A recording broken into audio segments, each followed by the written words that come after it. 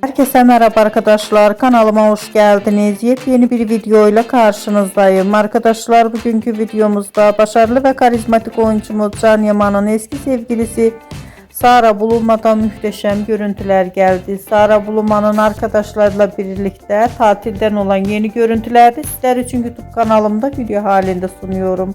Umarım beğenirsiniz. Arkadaşlar, videomu beğendiyseniz kanalımı izlemeyi ve bildirim butonuna basmayı unutmayın.